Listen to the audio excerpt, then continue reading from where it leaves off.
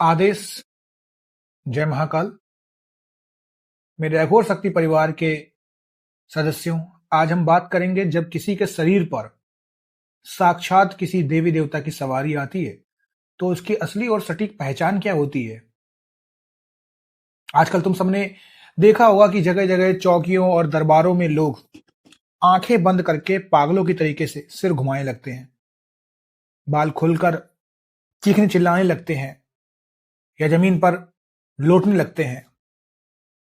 अगर तुम आज भी इसी तमाशे को साक्षात देव कृपा या सवारी आना समझ रहे हो तो तुम अब तक के सबसे बड़े भ्रम और धोखे में जी रहे हो। हमारे प्राचीन ग्रंथों और अघोर परंपरा के कड़े नियमों में यह साफ साफ बताया गया है कि ये जो हमारा शरीर है ये एक मिट्टी का छोटा सा बर्तन है, और जिन देवी देवताओं की तुम बात करते हो वे प्रचंड ऊर्जा के वो महासूर्य हैं जिनकी एक छोटी सी किरण भी अगर सीधे शरीर पर पड़ जाए तो नसें तक फट सकती हैं। इसलिए जब भी कोई जागृत सात्विक शक्ति इस शरीर को छूती है वहां कोई गंदगी या अमर्यादित ड्रामा नहीं होता, बल्कि एक ऐसा भारी वजन पैदा होता है जिसे देखकर सामने वाले का कलेजा कांप जाए। इसकी सबसे पहली और पक्की पहचान यह है कि सवारी आने से ठीक पहले साधक की रीढ़ की हड्डी में नीचे से ऊपर की तरफ एक बर्फीली और कड़क ठंडी लहर दौड़ती है। ये ठंडक ऐसी होती है जैसे किसी ने जलते अंगारे पर बर्फ रख दी हो। इसके तुरंत बाद साधक की आंखों की पुतलियां बिना पलक झपकाए स्वतः ही दोनों भवों के बीच अंदर की तरफ खिंच जाती है और उसका पूरा शरीर भीतर से भयानक गर्म होने लगता है। चेहरा तांबे की तरीके से लाल हो जाता है।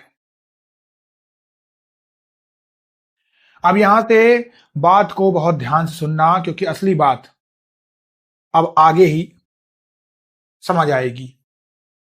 आज के समय में सबसे बड़ी इंसानी भूल क्या हो रही है? जब किसी के घर पर कोई शत्रु तंत्र मंत्र करके किसी भूत मसान या गंदी चौका बाधा को छोड़ा जाता है तो वो नीच शक्ति उस इंसान के कमजोर दिमाग पर कब्जा कर लेती है। अब वो बुरी हवा जब शरीर में जाकर गंदी भाषा बोलती है, कपड़े फाड़ती है या जमीन पर पटकती है तो अज्ञानी लोग उसे किसी बड़ी देवी या साक्षात भैरव बाबा की सवारी मानकर पूजने लगते हैं। तुम उस गंदी हवा को जितना पूजोगे उसकी ताकत उतनी बढ़ेगी और वह तुम्हारे पूरे घर की बुद्धि और बरकत को जड़ से चबा जाएगी।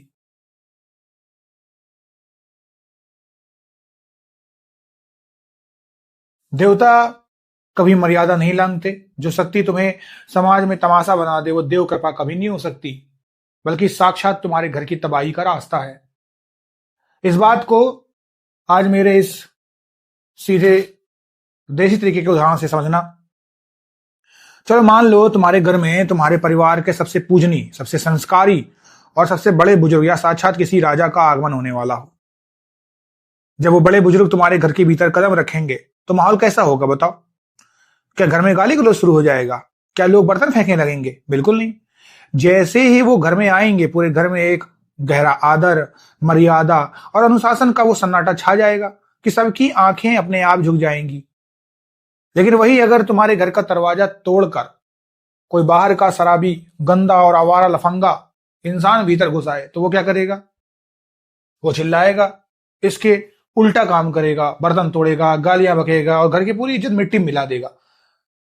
बस यही अंतर है साक्षात देव शक्ति और नीच गंदी बाधा में। देव शक्ति तुम्हारे भीतर आएगी तो तुम्हें परम शांत, गंभीर और वज्र के तरीके से मजबूत बना देगी, और अगर कोई भूत प्रेत आएगा तो वो तुम्हें बीच चौराहे पर तमाशा बना देगा। आज जो संकेत बताया गया उसका वास्तविक उपाय और अगला चरण सिद्ध उपाय प्लेलिस्ट में है। यह प्लेलिस्ट केवल चैनल के विशेष सदस्यों के लिए खुली है, जहां संकेतों को केवल समझाया नहीं जाता बल्कि उपाय और साधना के दृष्टिकोण से गहराई में बताया जाता है। निर्णय तुम्हारा है। आदेश। जय महाकाल।